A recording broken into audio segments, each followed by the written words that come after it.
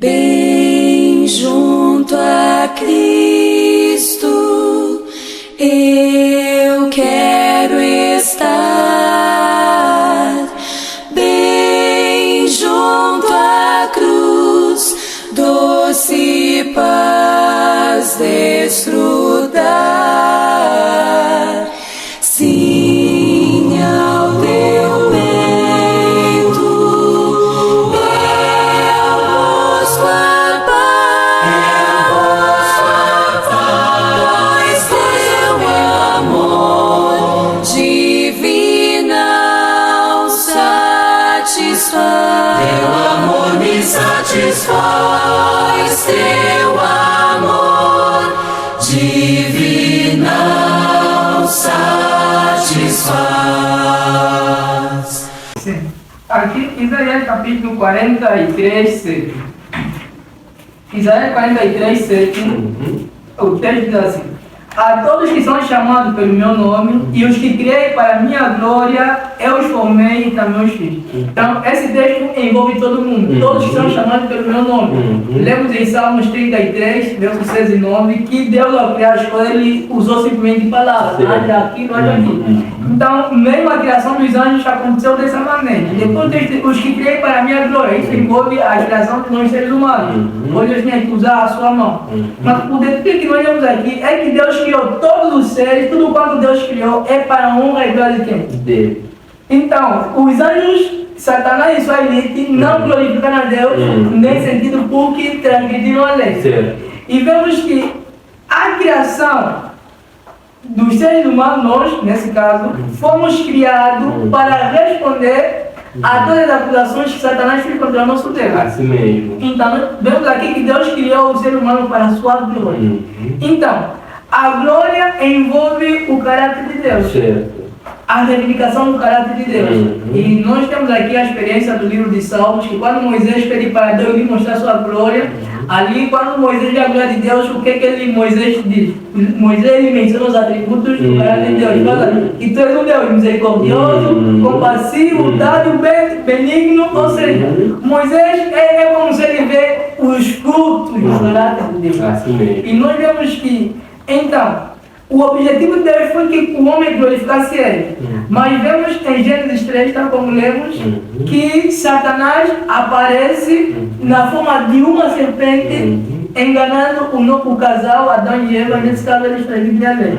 Então, tão logo que eles transmitem a lei, que foi o objetivo de Satanás transgredir no céu, o próprio Satanás vai diante de Deus e acusa, que até o próprio Adão transgride a lei. Então, e a Bíblia diz que a transgressão da lei de Deus constitui pecado.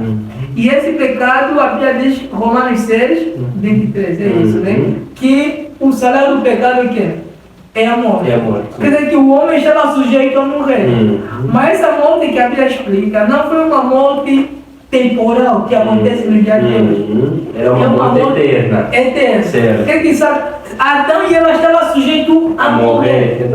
E Romanos 3, 23 diz que todos pecaram, destituídos estão na glória de Deus. Agora vamos ligar os pontos.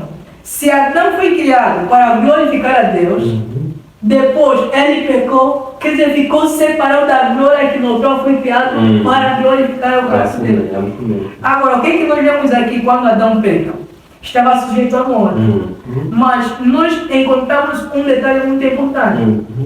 No próprio livro de Gênesis capítulo 3. Veja Gênesis 3. Após a queda, Gênesis 3, versículo 21.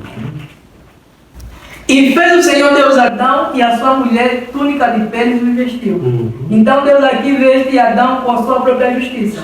E aqui diz túnica de pele. Túnica de pele, noutrora ainda nenhum animal havia sido morto, certo? Quer dizer que aqui foi um animal que morreu no lugar de quem? De Adão e Eva. Mas com a promessa de que a lei de Deus deveria ser reivindicada. Assim mesmo. Então, foi algo condicional, ou seja, Deus não colocou o homem sobre essa vantagem de novamente restituir a vida para ele por intermédio do nosso Senhor Jesus Cristo, mas também foi para reivindicar o caráter de Deus. Realmente. O homem foi dado uma nova chance.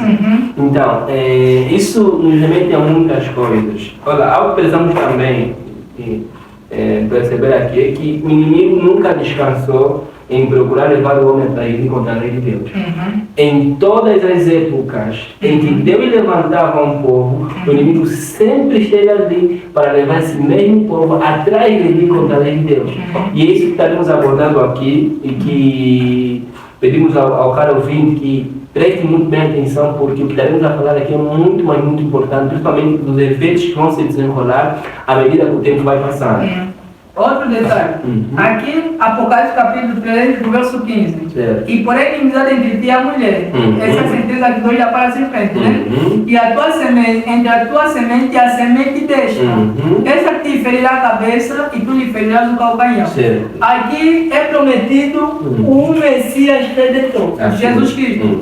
E pela sua morte na cruz, o que ele lhe faria? Espancaria a cabeça da serpente, mas a serpente feriria o calcanhar do quê? Da descendência também da mulher. Só que, quando nós vemos aqui, pela transgressão de Adão e Eva, né, vemos que, pela Bíblia, Deus não mudou os objetivos dele. Muito embora Adão e Eva tivessem pecado, Deus não se encontrou ficar em silêncio, no sentido de admitir que ele é injusto, porque Deus sabe que ele é justo, Certo. não como um sentido de orgulho de que ele não sou justo, mas porque assim a própria lei o declara como justo. Certo. Veja aqui, estamos vendo o primeiro Adão pecou, e a Bíblia diz assim, vamos voltar para Isaías 43. Só mais alguns detalhes aqui muito importantes que nós encontramos no livro de Isaías 43, são as revelações da glória de Deus. Isaías 43. Já? Isaías 43. Isaías 43, versículo 7, nós vemos que ali Deus criou o homem para a sua glória. Certo. Agora, outro versículo diz assim, Verso 8. verso 21, Ok. diz assim: a esse povo que formei para mim, o meu louvor o relatará. Ou seja, diz que esse povo eu formei para que me desse louvor. Outro versículo diz que, mais tarde no versículo diz que o teu primeiro pai pecou e os seus intérpretes voltaram contra mim. É como se fosse assim. Que desde o momento que Adão e Eva pecaram, sim, verso 27, teu primeiro pai pecou e os teus intérpretes prevaricaram contra mim. Ou seja, desde o momento que Adão pecou, agora ele acusou novamente Deus. Ou seja, se Adão peca, traiu a lei, nesse caso dá vantagem para Satanás, concordando com a filosofia de Satanás, de que Deus é injusto e a lei não pode ser obedecida porque eu também pequei. Mas o que aconteceu em torno disso? Quando essa declaração é feita? Ali, o cordeiro é morto, Adão e Eva são perdoados dos seus pecados, muito embora tivesse dado, né, vantagem para Satanás, e vem agora o segundo Adão, o intermédio do Gênesis 3:15. Agora, qual é o objetivo do segundo Adão? Lembramos que as mesmas tentações que o primeiro Adão sofreu são as mesmas que o segundo Adão também não sofreu. e a 1 Coríntios 15, verso 45 e o verso 22 chama Jesus Cristo como o segundo Adão. Certo. E vemos que o segundo Adão ele esteve no deserto, enquanto que o primeiro esteve onde?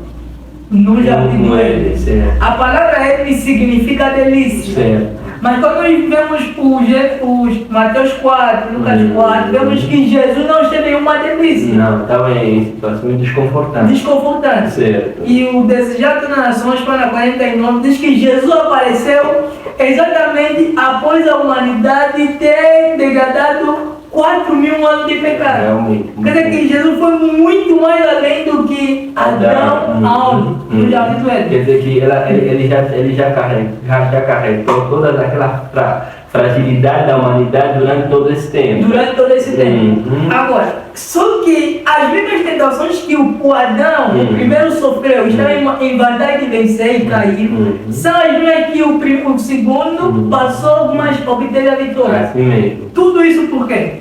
Agora, no mesmo livro de Isaías, 42, versículo 21, diz assim: o Senhor se agradava dele, falando de Jesus, por amor da sua justiça.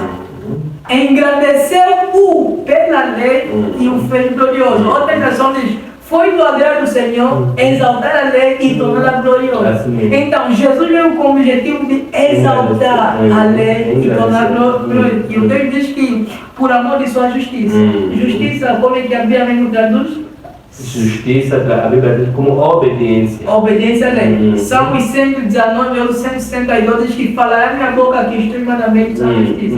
Então Jesus obedeceu à lei e ou seja, tornou a lei gloriosa e pela sua obediência foi claro de que é possível ser obediência aos mandamentos. Assim Só mais um detalhe.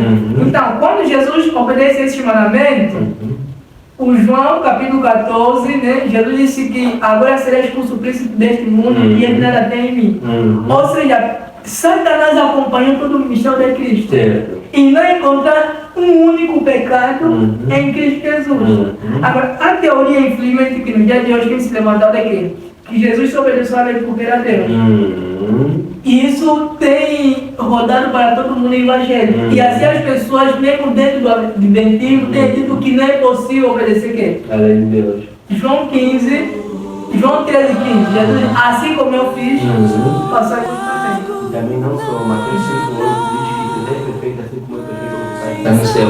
Deus jamais teria dito essas palavras se não fosse possível obedecer a